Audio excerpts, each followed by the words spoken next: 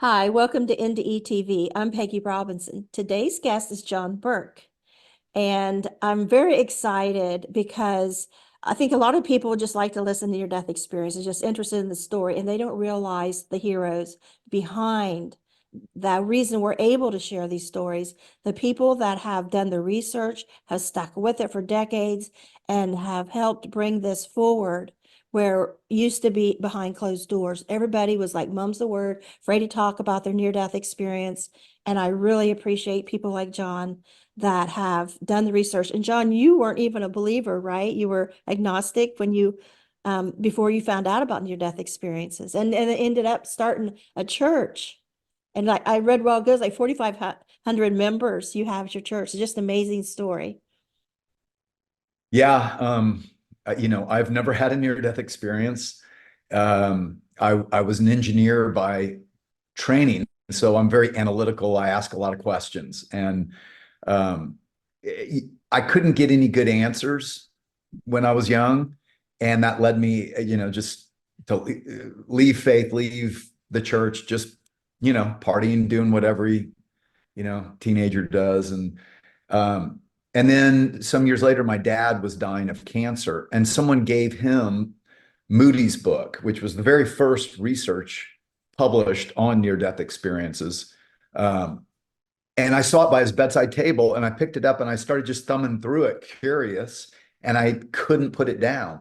And at the end of the night, I said, "Oh my gosh, like this God Jesus stuff may be real. This might be actual evidence." And I wasn't convinced, but it opened my mind, from a skeptical agnostic point of view to maybe there's more to this than I realized. So I started studying the Bible the next year, got into a small group with a bunch of people. I was asking all my doubter skeptic questions, and I came to faith in Christ. Um, I was out in California working as an engineer, and turns out that Santa Barbara, where I lived, was actually the epicenter of where ions started. That's where a lot of the research was being done. So I keep coming across these stories, and I was just curious. I was always curious, like, okay, how do these near-death experiences fit with what I've come to realize as historical evidence in the Bible and in history? How do those two go together? And for 35 years, I've been researching. I've studied well over, it's probably about 1,500 near-death experiences now. Interviewed hundreds and hundreds of people personally. And in 2015, I've been speaking on this. I gave my first talk on this at the University of California, Santa Barbara in 1989. Oh, And I was showing how I was seeing these commonalities of near-death experiences and how it aligned with what God has been revealing in the scriptures all along. But there were some confusing parts too, to be honest, and some questions I had that didn't really resolve honestly until more people came forward. At first, nobody talked about hellish experiences. I mean, we're talking about not even until like the late 80s or 90s. And I've been studying this since, the early 80s. Um, and so that part was a bit, confusing. And then Christians weren't coming forward, right. because when people would come forward, they would go to their pastor or their church and they would say, "I've had this spiritual experience." And I think it would scare them. They didn't take time to really ask questions or think about how to synthesize it with biblical truth. And so they just said, "Stay away from that. That's wrong," or "That's satanic. It's new." They label it and push it away. Right. And so as a result, a lot of people who had NDEs also got hurt and left, you know, the church, and thought, okay, well, I had something more real than real. I know God exists, but I feel rejected over here. And so that also formed an interpretive view, that didn't seem to align with the scriptures. And I talk about that in both Imagine Heaven and in my new book, Imagine the God of Heaven. That what I discovered is that people have an experience and there's something that they report. but they can also interpret what they report. And I can give some examples later. I give some examples in Imagine the God of Heaven, because what I'm showing in Imagine the God of Heaven, this new book, is that, of the millions of people who have near-death experiences all around the globe, statistically about 48%, almost half, have an encounter with God. And this God is the same God. It doesn't matter their religious background, their culture. I've interviewed people on every continent, and they are experiencing this same God of light and love, who is personal, who knows them intimately, gives them a life review, oftentimes things they've forgotten.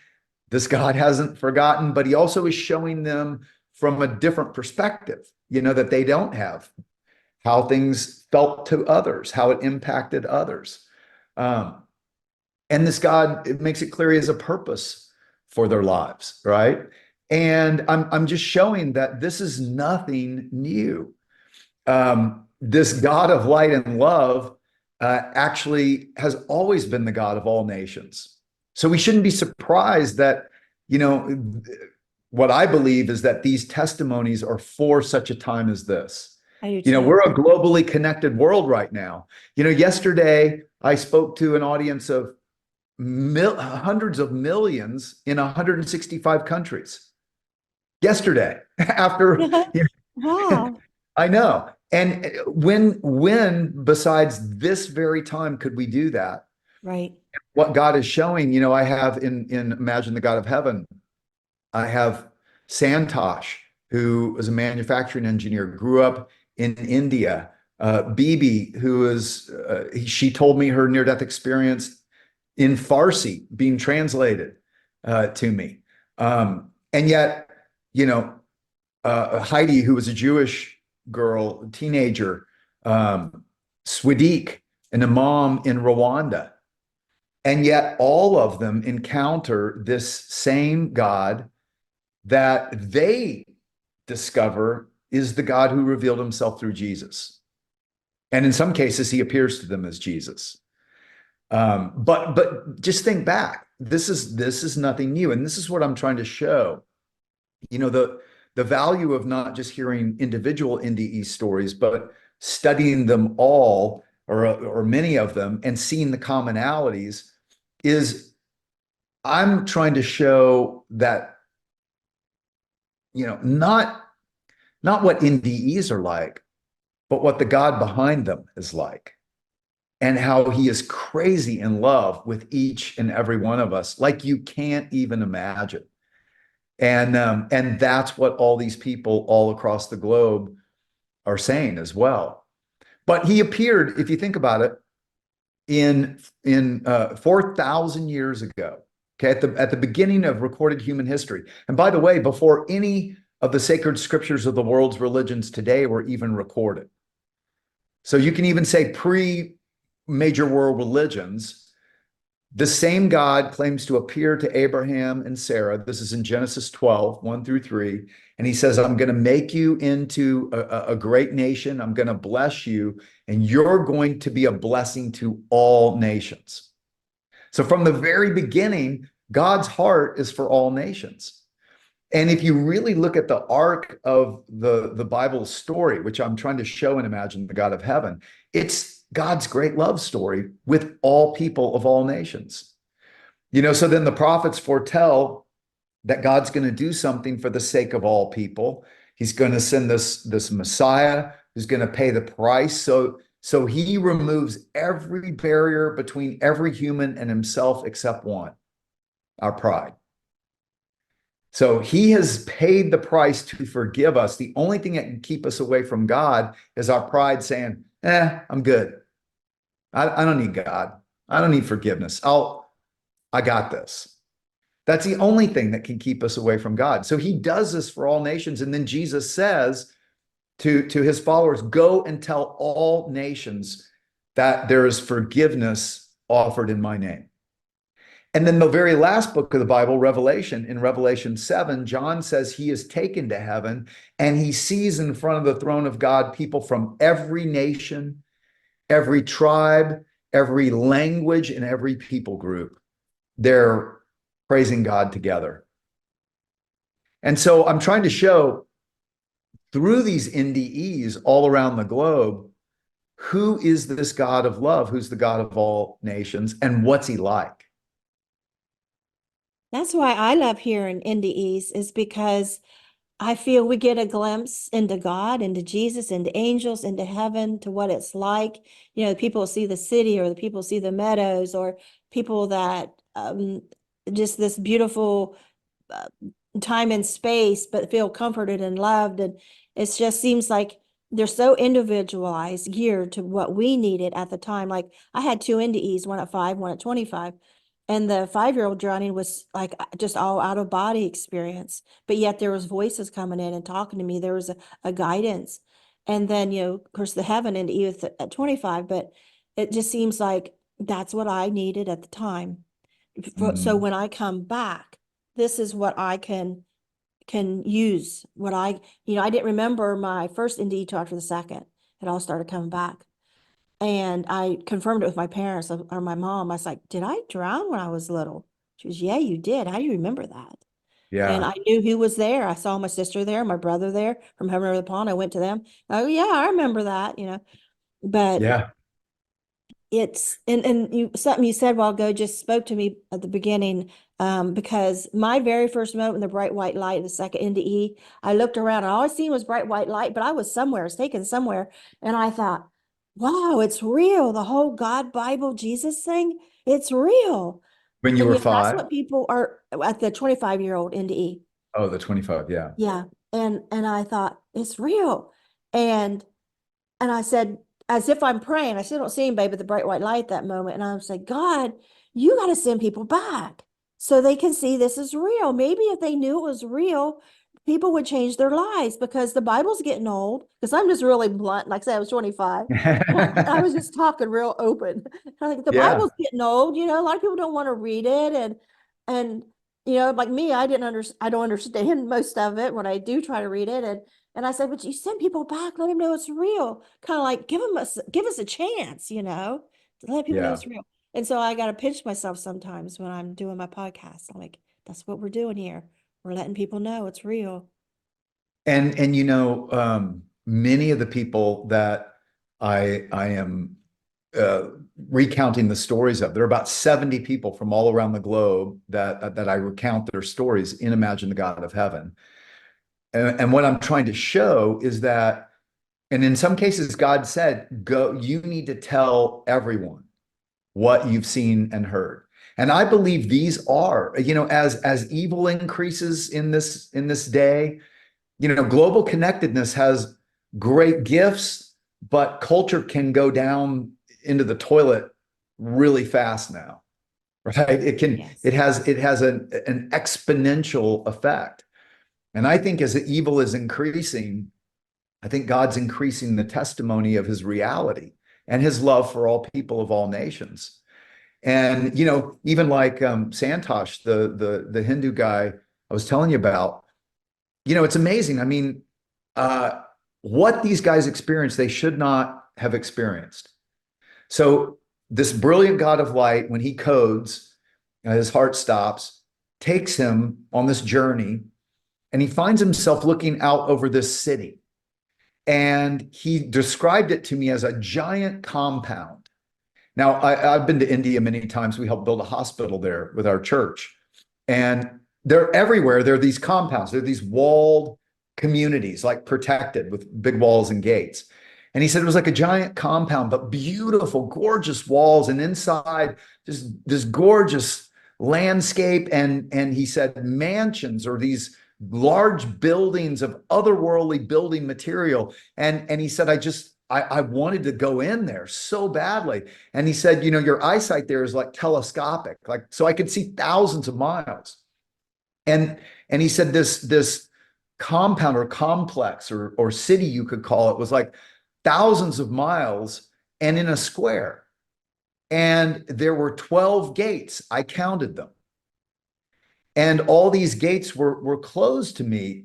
And I looked at the closest gate and I saw angels standing outside the gate. And then I knew I'm looking at the kingdom of heaven. Now think about this.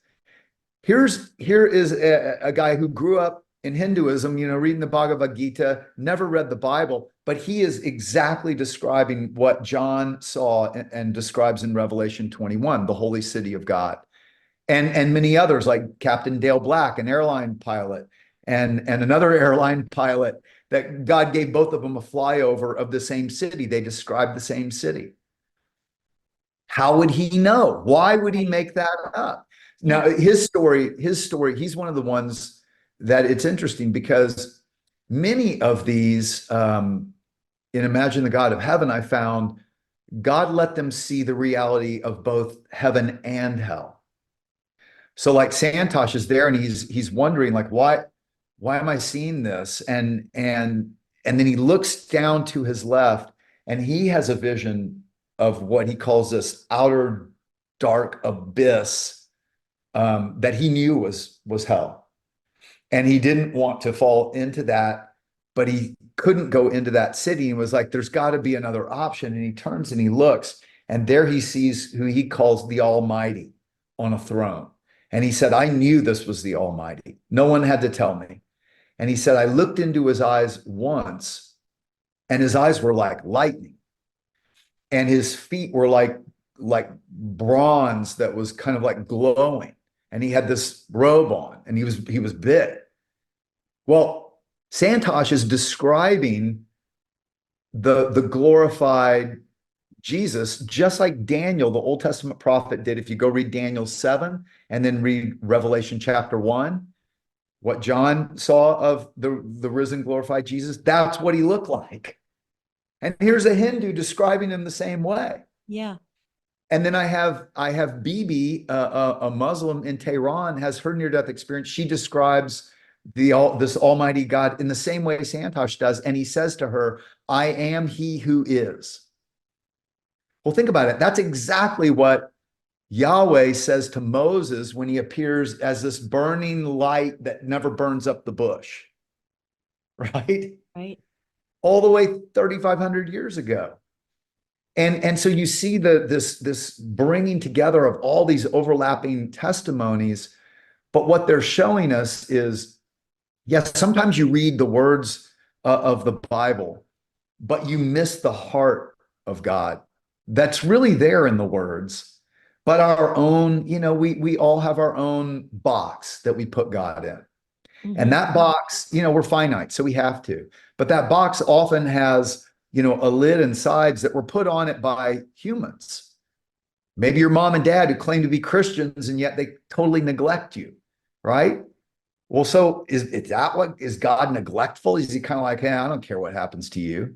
Well, that's what we tend to do, right? We put God in a box of authority figures or religious, authority figures or whatever, So all of us need to stretch that box. And, what I'm trying to show is through the eyes of these 70 NDEs that what the Bible's been teaching all along is true, but many times we keep God limited by really our other people and things they've put God in this box for us. And we need to let them out. Yeah, because God's more than one thing, more than one person's perspective. He's, and the NDEs show that, the NDEs are so different. It's like, that's what God wanted to present himself to you as. Some say that, or there's this guide, there was this angel. Some say it was a saint, or it was just this meadow or whatever that they needed, and that's what's so fascinating. Yeah. Yeah. And one of the most consistent things though, like in Santosh's story, when he sees who he now thinks was Jesus on this throne and these eyes of lightning, and he gets a life review, and he realizes his rights and his wrongs, and he just says, forgive me, Lord, forgive me. And then God speaks to him, and he's surprised because he thought he deserved that outer darkness place, but instead God had tender mercy toward him. And in his voice, love and kindness and compassion. And it kind of shocked Santosh. And he said to him, Santosh, I'm sending you back. When you go back, I want you to love your family and especially your daughter. She needs your help right now. Now think about this. He doesn't know God, but God knows him and his daughter and intimately and cares. And that's what I think, God wants us to see. Like the scripture says, cast your cares on him. He cares for you. Right? And sometimes we don't see that. And so what I'm trying to show is that no, God knows us so uniquely and cares about us so intimately, and he's with you always, just wanting you to turn to him and let him guide you, through this life. And And yeah, Santosh, life reviews are confirmation how much yeah, they know about us. yeah. Santosh sees he called it a very narrow gate right next to this throne, and it was open into what he called the kingdom of heaven. And he said to the Lord, he said, Lord, when I come back, I want to go through that narrow gate into your kingdom. How do I do that? What do I do? And he was thinking, what temple do I go to? What church, what mosque, what do you want me to do? Kind of like weekly religious observance. And the Lord said to him, I want relationship. I want to see how honest you are with me. Not one day a week, 365 days a year, 24/7.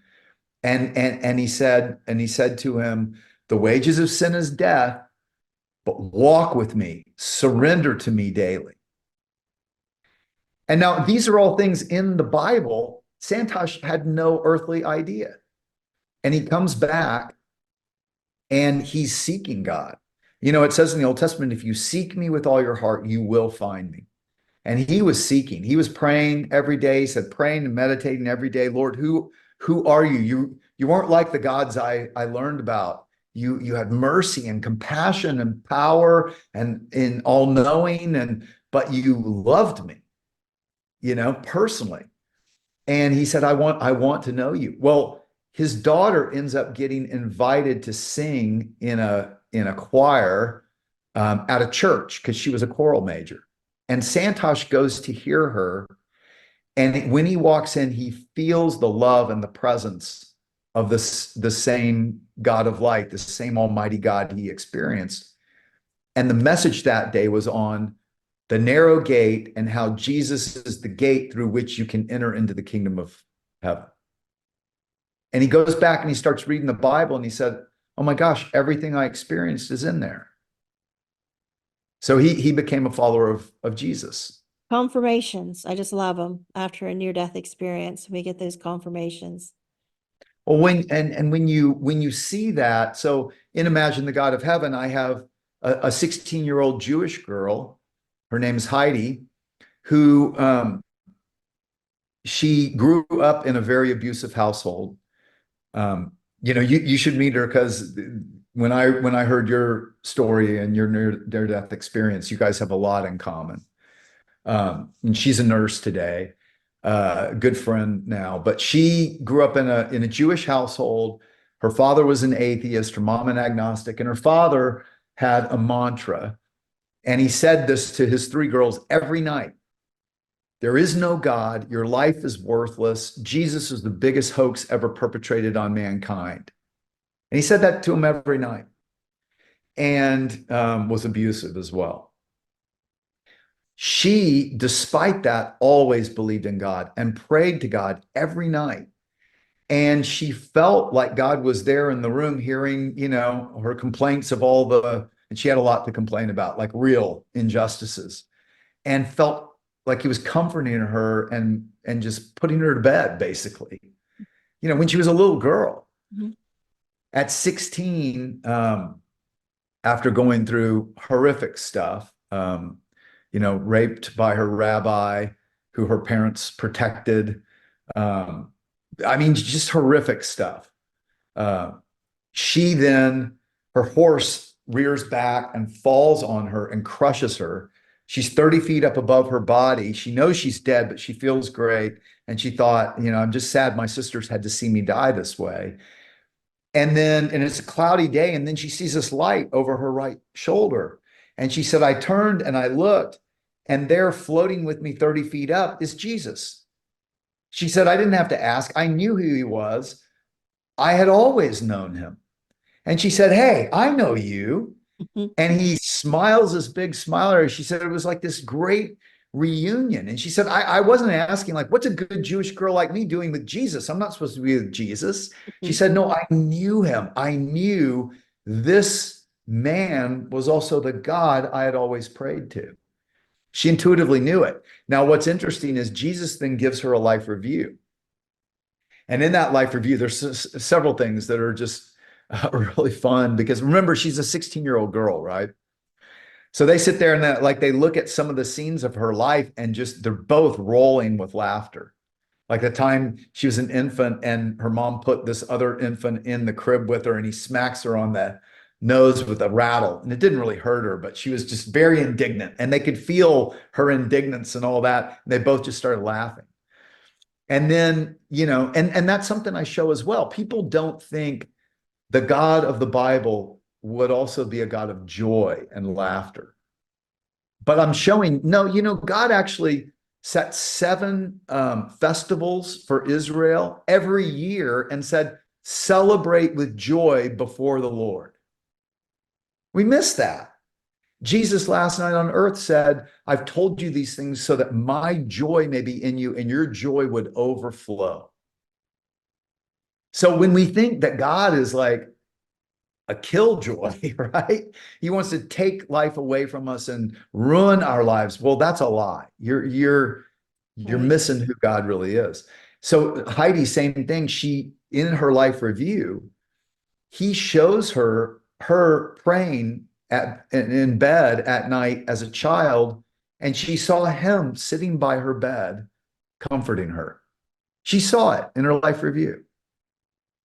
And then Jesus takes her hand and gets this big grin. And she said, they took off. She said it was like Superman and Lois Lane flying like the speed of light, but it was like a wave of light under their feet, and she could feel it. And she said it was the funnest thing I've ever done in my life. And afterwards, she said to me, she said, I think Jesus did that because you got to remember, I'm a 16-year-old girl. I love riding fast bareback horses. She said he knew what would hook a 16-year-old girl. And then I go on to show he takes her to God the Father, who she said initially is this brilliant light, infinite in size, but light that's love. And they go into this light, and then she finds herself, she said, sitting on God's lap in an embrace. And she said, and Jesus was there. And I can't explain to you how God can be light and God can be love and God can be a man all at the same time. Can't explain it, but that's what I experienced. And so, what I'm showing through Imagine the God of Heaven are these people who should not have known, because they didn't know anything about the God revealed through the prophets and through Jesus. And yet that's what they're describing. And again, how it overlaps, but also how it changes them. How understanding who God is. And he wants us to understand who he is. God created us for love. And not just to love one another, but to love God first. And that's what Jesus said. If you love God and you love your neighbors yourself, that sums up all the commands of the Bible. That's what it's all about. But love requires free will. And, love requires seeking to know the other. And so what I'm showing as well is that God has revealed himself not just in the age of near-death experiences, right? God didn't all of a sudden go, hey, okay, it's been 4,000 years of human history. Now I'm going to pop out and let you know I'm here. Right. No, He's been revealing himself all along, and for the same reason. I think what near-death experiences allow us to do, it's kind of like the black and white words of scripture then come alive with color. It's the same thing, but suddenly we can experience with color. Oh, now I understand what those words mean, and my hope in Imagine the God of Heaven when people read it is that they learn to trust God more. They fall in love with God more. They realize how God alone uniquely understands you better than you understand yourself. But he's a gentleman. He doesn't force himself on you. So he waits for your willingness. And the compassion we see in some of the near-death experiences too, where say there's about to be a plane crash, and they're out of their body, like they're black, and they don't experience that, and so I think it lets people know, well, maybe my child is in this horrible accident, maybe they didn't feel it, maybe God took him, Jesus come and got him, angels, whatever, and spared them from that because they're Well, focusing, yeah, dwelling on the horrible. yeah. When I heard your story of how, Jesus rescued you, it was a kidnapping, right? Yeah, kidnapping, Yeah. right? Mhm. Yeah. And he basically spared you from that. He did. Uh, it completely reminded me of um, Melanie's story. She's Canadian. She reached out to me, and it's in Imagine the God of Heaven. Um, at 7 years old, she went and made friends with these neighbors who had just moved in. They were, men in their 20s or 30s. And it turns out she was very neglected, and so people weren't watching, and she was very precocious, and they end up grooming her, and then two of them drugged her and raped her so badly it was, within an inch of her life.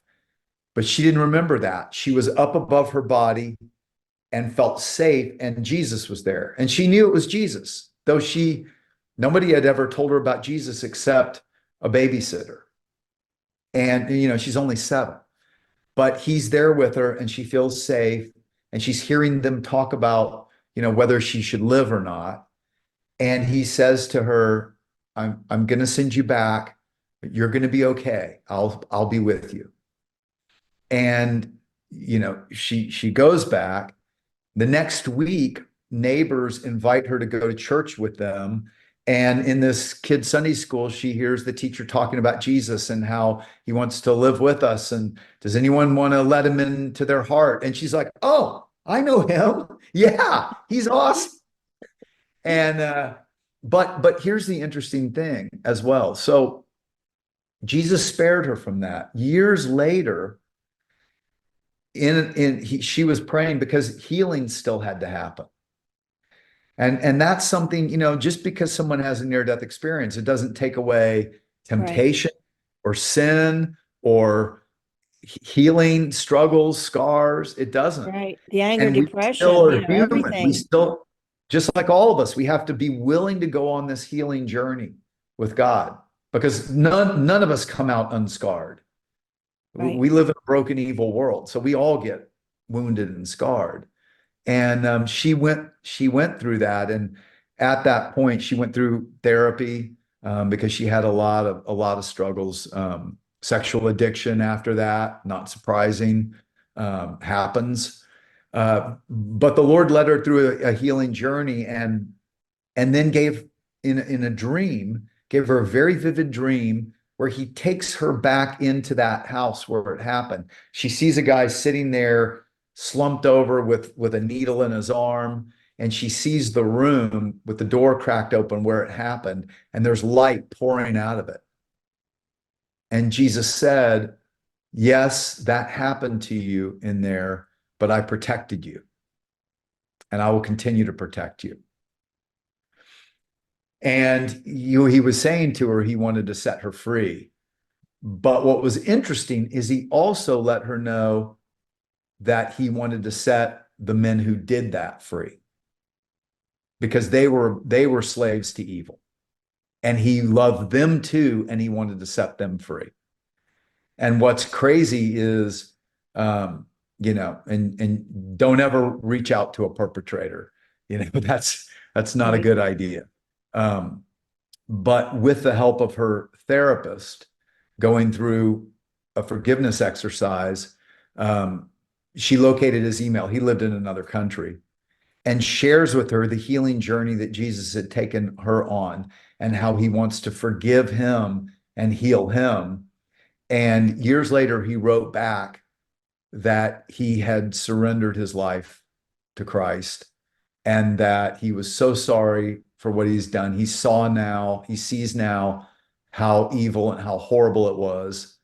Now, doesn't mean he's safe, right? He still has a long journey to go on. But that's God's justice. He wants to free us all from bondages to evil.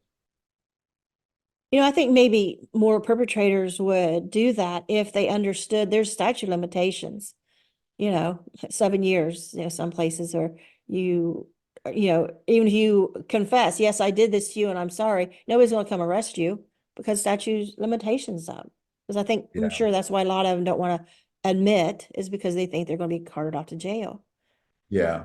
Well, and I put in the book just a caveat that if you have been abused, do not do not go and try to contact your abuser, to make things right, or without guidance from a therapist or a counselor who understands, because that can be dangerous.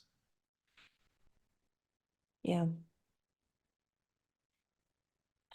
Yeah, these stories are so different. And the ones that have abuse in them, of course, speak close to my heart, Yeah. because you just can see, like I say, the rescue and how these unseen forces are there, even though we can't see them. And it lets people know that there are forces there that are helping.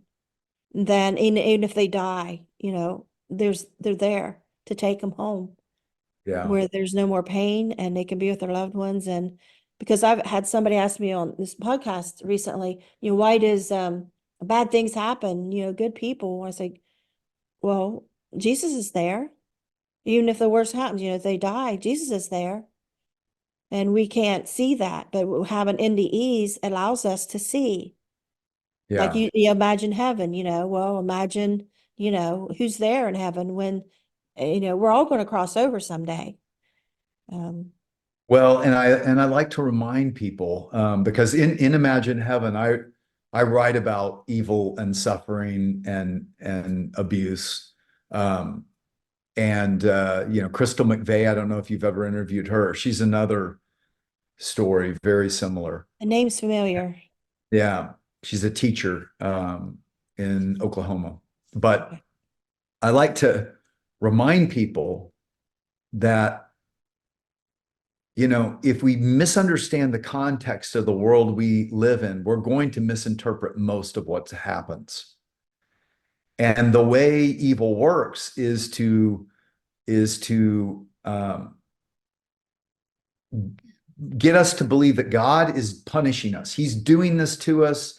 You're an evil, horrible person. Like I can't guarantee, but I'll bet that when all that happened to you, you started hearing thoughts in your head like, oh, you're evil. That's why this is happening to you. You're just a horrible, bad person. You deserve this.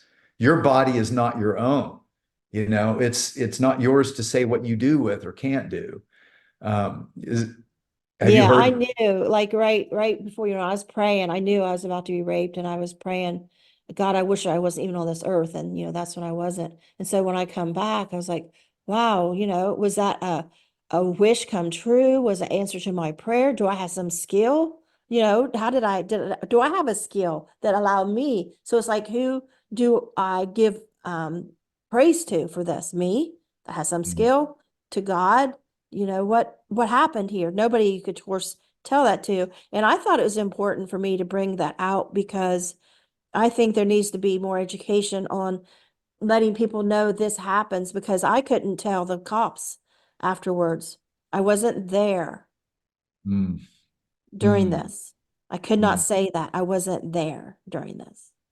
Like, Yeah. how do you say that? Um, and like, so therefore I didn't fight.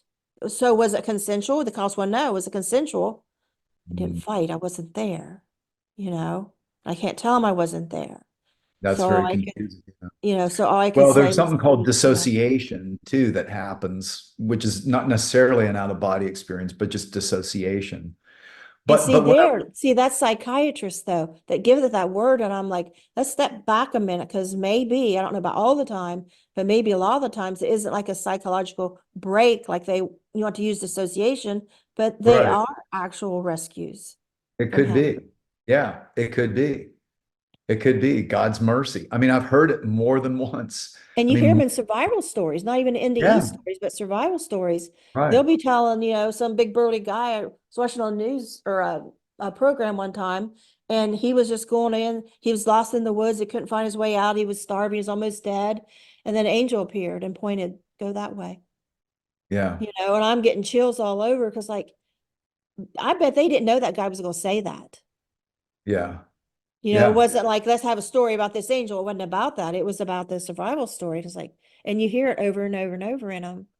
And yeah, even the true stories where, like, the women are abducted or put in a box or a basement or whatever. And, I just listen real close because they're always going to hear, it seems like a voice told me, don't make him mad. And they showed me how he had killed his woman before, and this would make him mad. Don't do that. Or a voice come and said, don't get in that car. And I went anyway, if I would just listen to the voice.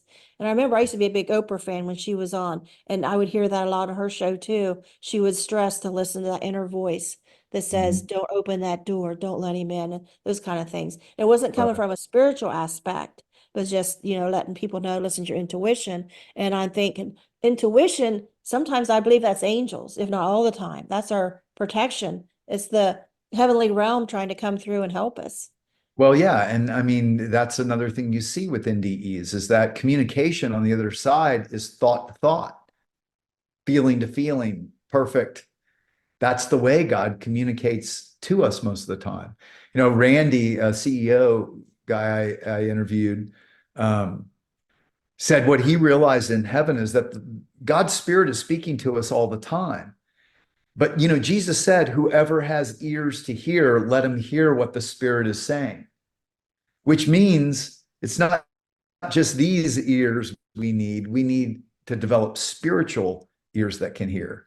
And it's realizing, okay, now, another important part of that is that not every thought you're hearing is a thought from God. And that's why I think it's important to know what God's revealed through Jesus and through the scriptures, because we can be deceived by thoughts. I mean, I've counseled women who struggled with eating disorders, who truly believe God is telling me that I'm fat and ugly, and they were 90 pounds. Now, that's not from God, but they were hearing voices in their head. And I think that's why as well, the whole question of evil and suffering, we've got to understand that evil is real. And the main way evil works is through the lie. And, why does God allow this? Well, remember, God says he claims he entered our world through Jesus, and he was the suffering servant. He suffered, he was betrayed, he was ridiculed, he was mocked, he was lied about, and ultimately he was tortured and crucified. Now, God used the worst of human evil for the greatest good in that. But I like to remind people that this world, Jesus said, in this world you will have trouble, but take heart, I've overcome the world. And in several cases where people who have had NDEs that I report on, they have suffered terribly. What he's told them is not necessarily, I'm going to take you out of this, but I'm going to take you through it. And it's temporary. It's temporary. Now, I know. When you're in the middle of it, it does not feel temporary. And you know what I love about the scriptures too is if you read the Psalms or Lamentations or God can handle us being upset and mad and questioning. You Yeah. can be honest with, Yeah. and that's one of the things I love about, the NDEs in Jesus' presence is how honest people can be with him. Like you can be yourself. And that's why a lot of people, I think, don't like my NDE because I'm angry, I'm mad, and I'm yelling at God. Well, And you're not the people, only one. they want to hear a beautiful story. They want to see, butterflies and rainbows here. And I'm angry. And then it's like, well, my NDE is not beautiful. I'm like, are you kidding? I was sent back to raise my sons. And so Mm. that is with me rest of my life. It's not just some beautiful NDE. There it was. That was nice. That love that God had for me, the mercy, compassion. When I found myself back in that wheelchair, God let me come back. Now I got to work on getting my doctor to see, need to save my life. But another psychological term, was talking about the one we just mentioned, can't think of, but is suicidal ideation. Oh yeah. Suicidal ideation. People say, psychiatrists say that. But I was like, do you realize what's going on here? And to my view, is it's a grooming. Who's that evil voice? Because that suicidal ideation, there's a voice there. Go ahead and do this. It'll be okay. It'll be wonderful. Even Jesus is there waiting for you, to use Yep. your love of Jesus to even get you to go. Oh, everybody will forgive you. God will forgive you. There's this romancing the stone. It's like, come do this, come. And it took me a while to realize that's evil. Yeah. That's not God's I, voice. I counseled a young 25-year-old yesterday who reached out to us with suicidal ideation. Now, he's been suffering terribly for 10 years with an autoimmune disease, or that's what he thinks it is, and just in excruciating pain and torment. And, it causes incredible questions. And, I told him, I think, you know, people are going to tell you things, but there's not a good answer to the why question. One day you'll get the answer from God, but I find that the why question doesn't usually get answered. But how does? You know, God, how can I just be faithful through this? And to realize that suffering is not purposeless. I don't think God is doing suffering to us. I think we live in the context of good and evil. I mean, that's what the Bible says. We are in a context where God's will is not being done. If it were, Jesus wouldn't have taught us to pray, your will be done, God, on earth as it is in heaven. Well, it is in heaven, but it's not on earth. That's why he taught us to pray that, right? And so I think that's important to see. But those voices, yeah, as long as we're here on this earth, God has a purpose. And another thing I think NDEers help us see, and I have in the book, there's a doctor who's now a plastic surgeon who was burned over 80% of his body as a 16-year-old in a house fire, lost his mom and sister. He had an NDE. And in God's presence, all he could say is, it all makes sense. It's perfect. I understand completely. Yes, of course. But when he came back, he went through so many trials and struggles. And ultimately it led him to become a plastic surgeon who could heal others who had been through, burn victims like that as well. But the thing is, as long as God has us on this earth, there is a purpose. And you may not see it or understand it fully, but one day you will. Right. And it's not God doing all these bad things to us. Now, is he for some reason not necessarily rescuing us from it right then? Yeah, and that's hard. I'm a pastor, but I've had it out with the Lord. I've been like, what are you doing? I don't get it. Why am I doing something wrong? I mean, we Mhm. all go through that. But he can handle it. And, you know, if you read the Psalms, so many of the Psalms are like that. It's like, Lord, where are you? Why have you forsaken me? What are you doing? And yet I will trust in you. You are my rock I will stand on. Yeah. And the It's guy, like, when we're a parent and we tell our child, you can't have this, it's not good for you. Or you're going to get spoiled if I continue to give you all this. Or, we have these reasons that our child can't comprehend, and they're not going to right, like it at all the time. And they're not, maybe, but we hope that they love us enough to trust us. And I look yeah. at God that way. Yeah, absolutely. I mean, I think that's another lesson that NDEs teach us. Now, it's in the Bible too, but because Paul says in Romans chapter 8, I consider the sufferings of this life are nothing in comparison to the glory that we're going to experience. And I think Paul had an NDE.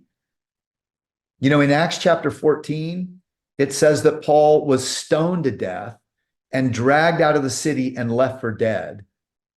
And they gathered around him and prayed for him. And then he gets up and he goes back into the city. Well, they knew how to stone people to death back then. I doubt they missed, you know. And he says in 2 Corinthians 12, 14 years ago, whether I was in my body or out of my body, I don't know. Only God knows, because we still are ourselves. We still have a spiritual body, right? But he said, I was taken up to the third heaven and I saw and I heard things inexpressible and things no one is allowed to tell. And then he talks about the spiritual body and the new powers of the spiritual body. And, there are a lot of things that NDEers say that he writes about in scripture. So I think he may have had a near-death experience. Does it seem to you like we're not doing enough with the near-death experience stories, that there seems to be a deeper investigation, a deeper scientific study, or if it's not scientific, some other type of study maybe we don't even have? I mean, it just seems like we're supposed to be doing more with this information than what we are. I just feel that way. Well, yeah, I mean, that's what I think the rest of my life is supposed to be, this last part. I mean, the Lord made it very clear to me that, I founded a church with my wife 25 years ago for skeptics. So people who doubt and are skeptic and struggle just like I was. And man, it's unbelievable. We've reached people from every background, every walk of life, every religious background, every lifestyle, drug addicts, meth addicts, prostitutes, homeless people, CEOs. Yeah, I mean, you wouldn't believe it's not what we've done. It's what Jesus has always been doing, That's right? amazing. Church for skeptics. It is. We need a big And banner I've out and front. I've Churches. loved it. I've loved it. But, and after I wrote Imagine Heaven, I actually quit writing. So, usually when you write a New York Times best-selling book, and it sells 1 million copies, you write another book. But I didn't, because I said to the Lord, Lord, you didn't call me to be an author. You called me to be a pastor. And very clearly he did. I said, it's too much. And so unless you tell me otherwise, I'm done writing. I think I did what you wanted. I'm gonna focus on, just loving and serving these people like you asked me to. And then in COVID, he very clearly said, it's time. And after 25 years, and he made it real clear I was to write, and the first book was going to be about him. And I said to him, I said, okay, well, I had 35 years to research thousands of NDEs. You got to help me. And, Peggy, it was unbelievable because he brought me these people from all over the world talking about him. And so I passed the baton of leadership at my church after 25 years. And my wife and I are devoting ourselves to really help people see the integration of what these near-death experiences are saying. And again, the commonalities of what they're saying and how it aligns with who God is and what he's promised us all along. So are you guys touring? or are you doing Zoom things or online? Well, and I was just in a movie called After Death, which really shows a lot of this research and its validity. And we're talking about a follow-up to that, potentially a series based on Imagine Heaven. Yay. So a lot of opportunities. We'll see where It's God leads. exciting. It's very exciting. I'd love to see that. Yeah. Tell them I said any advice from me that I would really love to see a movie. Hold on.